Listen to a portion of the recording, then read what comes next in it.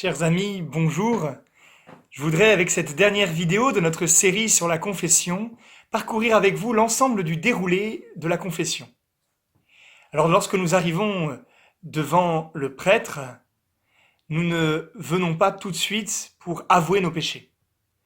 Avant cela, nous pouvons lui demander la bénédiction de Dieu, par une phrase très simple, par exemple, « Père, bénissez-moi ». C'est cela l'expérience d'abord de la confession. Nous placer sous le regard de Dieu, sentir à quel point il nous aime, il bénit nos vies, et que nous restons et nous demeurons, au-delà de tout ce que nous avons pu faire de mal, ses fils et ses filles bien-aimés.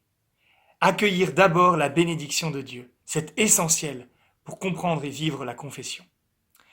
Ensuite, vous pouvez faire une présentation toute simple de qui vous êtes, donner votre état de vie, d'époux, d'épouse, de marié, de parents, de médecins, de professeurs, d'étudiants, et par là aider le prêtre à vous accompagner tout au long de la confession. Après cela, vous pouvez lire la parole de Dieu avec laquelle vous avez préparé votre confession. Ou si vous ne l'avez pas préparée spécifiquement avec cette parole, une parole de Dieu qui vous touche particulièrement.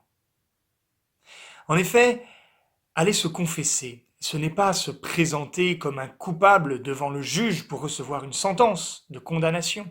Non, c'est répondre à la parole première de Dieu qui est amour, par un amour que nous voulons lui rendre.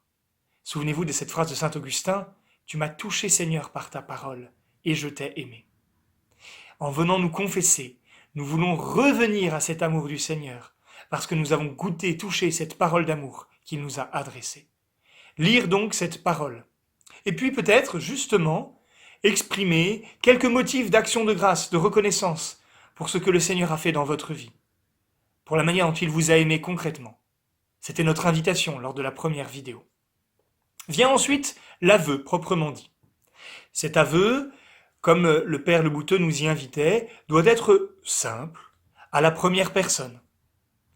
Quelle joie et quelle liberté de pouvoir dire « voilà, je suis responsable ». Et puis, peut-être préciser quelques circonstances dans lesquelles tel ou tel acte a été commis.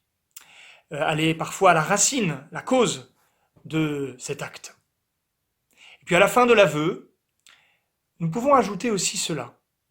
Il y a, Seigneur, aussi ces péchés que je ne vois pas encore, parce que je sais bien que mon amour est encore un peu trop grossier, qu'il n'est pas suffisamment fin pour voir parfois tout le mal que je commets, ou tout le bien que j'aurais dû faire et que je n'ai pas fait. Alors, tous ces péchés que je ne vois pas, je te les confesse aussi. Et puis, tous ces péchés que j'aurais voulu te confesser et que j'ai oubliés, je te les confesse aussi. C'est une manière de dire au Seigneur, c'est vraiment en toute vérité, dans la pleine vérité de mon être, que je veux me présenter devant toi, pour que tu m'éclaires tout entier, pour que ton amour, ta miséricorde aille dans chaque recoin de mon existence. C'est une manière de faire confiance au Seigneur et de lui exprimer toute notre confiance et notre abandon. Après avoir dit cela, le prêtre va pouvoir vous donner ce qu'on appelle une réparation ou une pénitence. Qu'est-ce que c'est que cette pénitence? Est-ce que c'est une manière pour Dieu de nous punir du mal que nous avons commis, de nous faire payer ce mal? Vous savez aussi, quand nous voulons faire sentir aux personnes que ce que nous leur donnons a de la valeur, eh bien, nous nous disons, il faut leur faire payer un prix minimal, comme ça ils sauront ce que ça vaut. Est-ce que c'est cela que le Seigneur veut nous faire payer? Non, absolument pas. Son pardon est gratuit. Son amour est sans condition.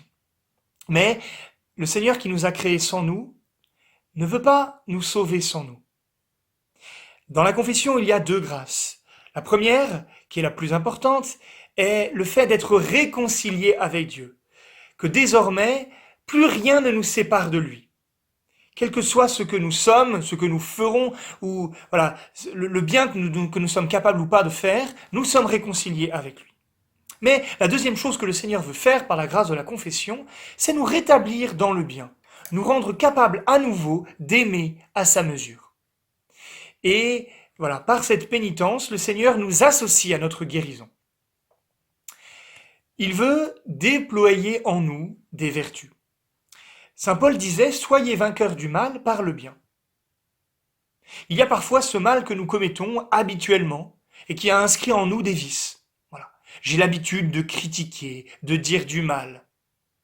Eh bien, pourquoi pas, par la pénitence que le prêtre me donne, chaque jour, pendant une semaine par exemple, m'entraîner à dire des actes de bénédiction, à faire que ma bouche soit un instrument pour dire du bien, pour encourager, pour exprimer des choses bonnes et non plus pour critiquer. Et ainsi, par la vertu que je développe, progressivement, combattre ces vices qui se sont enracinés en moi par l'habitude. Il y a donc la possibilité de déployer des vertus en moi, par la pénitence. Il y a aussi le fait de réparer tout simplement le mal que j'ai commis. Il y a tel mensonge que j'ai dit. Est-ce qu'il ne serait pas possible de rétablir la vérité dans la relation? Il y a ce vol que j'ai commis, ce détournement de biens qui n'était pas vraiment à moi. Est-ce que je pourrais restituer ce bien? Il y a peut-être aussi ce pardon à donner, cette offense que j'ai faite et voilà, pour laquelle je pourrais demander pardon, tout simplement à la personne concernée. Et puis il y a des choses que malheureusement je ne peux pas réparer. Il y a des blessures que j'ai infligées à un tel qui ne sont pas réparables. Je pense parfois à certaines jeunes femmes, plus âgées aussi, qui viennent confesser, par exemple, des péchés d'avortement. Alors pour cela, qu'est-ce qu'il faut faire? Qu'est-ce que le Seigneur me rend capable de faire? Eh bien justement, le Seigneur veut se servir de cette confession pour faire de moi à nouveau, dans toute ma dignité de fils et de fille, eh bien le gardien de la vie de mes frères. Voilà, le promoteur de la dignité de cette vie.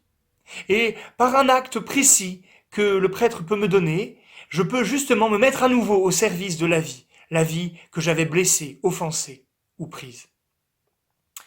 Voilà à quoi sert finalement la pénitence. C'est un acte d'amour que le Seigneur a pour nous, qu'il nous donne, de pouvoir participer à notre propre guérison. Et après cela, le prêtre va vous inviter à dire votre acte de contrition avant de vous donner l'absolution. Cet acte de contrition, parfois certains disent qu'ils le disent avec un peu d'hypocrisie, parce qu'ils disent, lorsque je dis, je promets de ne plus t'offenser, je sais bien en fait qu'in fine je le ferai, je recommencerai à pécher. Non, quand nous le disons, nous ne disons pas cela avec hypocrisie. Parce que c'est sincèrement dans notre cœur que nous voulons ne pas offenser le Seigneur. C'est vraiment dans l'amour que nous lui portons que nous disons, Seigneur, je veux ne plus t'offenser. Mais nous connaissons aussi notre faiblesse, notre fragilité.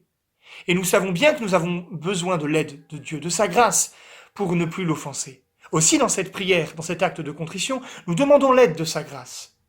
Sans l'absolue certitude qu'il ne se passera rien de mal par la suite, mais en voulant prendre, dans le moment où nous prononçons cette prière, toutes les mesures possibles pour ne plus faire le mal, et pour demander la grâce de Dieu, afin de ne plus le commettre, ce mal, et pour l'aimer davantage. Donc, nous disons ça en toute bonne foi, croyons-le. Et puis après avoir reçu le pardon de nos péchés par la bouche du prêtre, nous pouvons prendre un temps pour rendre grâce à Dieu, pour le remercier, pour ne pas trop vite oublier et passer à autre chose, pour nous rendre compte de ce qu'il a fait pour nous. Alors, chers frères et sœurs, le Père n'attend plus que vous pour vous serrer contre son cœur et pour vous offrir son pardon. Alors, à vous de jouer.